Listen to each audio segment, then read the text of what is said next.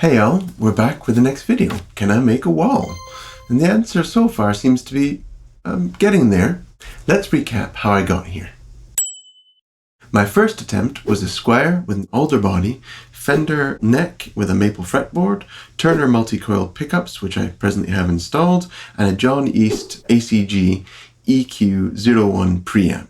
It was clean, it was huge sounding, it wasn't very mid-forward sounding at all. It really wasn't wall-like apart from the EQ in some ways. The EQ itself is a fantastic EQ, and actually I'm going to plan to use it in another project base, but that's by the by. My second attempt was to change the instrument over to a rosewood neck, a square neck that I had lying around. The EQ I kept the same. Whilst this was a much better sounding instrument and much more wall-like, it was still very clean sounding. This particular instrument was best represented in my first video, which I'll post a link to below. Please spare any comments on the production quality. Things have improved since then, I hope.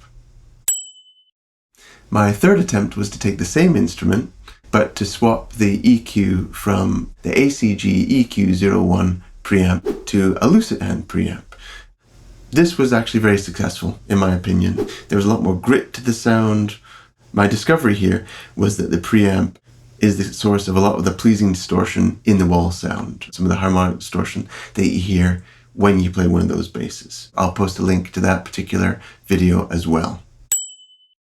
My fourth attempt was to make a new multi-laminate neck with a rosewood fretboard, but keep the formula pretty much the same as in a proper wall neck. This made, in my opinion, one of the biggest jumps forward. That particular attempt was probably best represented in my last video, and again I'll post a link below. Now, my fifth attempt at trying to clone a wall is now this video. I have now gotten a new mahogany body with a maple top on it, very similar in construction to what a wall-based body would be like. So, without too much ado, I'd like to introduce you to my new bass. It's just sitting behind me in the corner over here. It's got a beautiful mahogany body with an incredible maple top made by my friend Ian over at rochebass.com. He was one of the very few people who was interested when I asked people to make a custom body for me. I really found it hard to find anybody in the UK for a reasonable price. Warmouth would do it, but actually Ian turned out to be able to do it for a very similar price. And he and I worked very closely on a lot more customizations, and that was fantastic. So I can heartily recommend him to you. Link is in the description below. I'm just going to play for you a little bit on it now, and we'll compare directly head to head with the wall.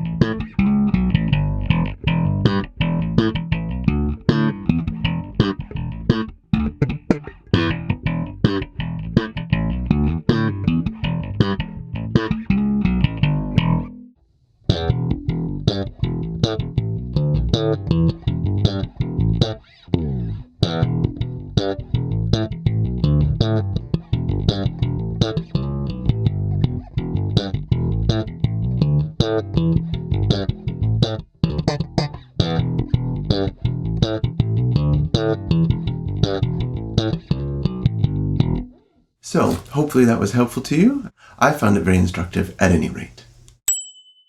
Whilst the body is as similar to a wal as I can make it, and the pickup locations are in the sort of range of where Wal put their pickups depending on which model you look at, I'm not actually that certain that changing the body from alder to mahogany has actually made a huge difference. You may want to dispute that. Don't get me wrong.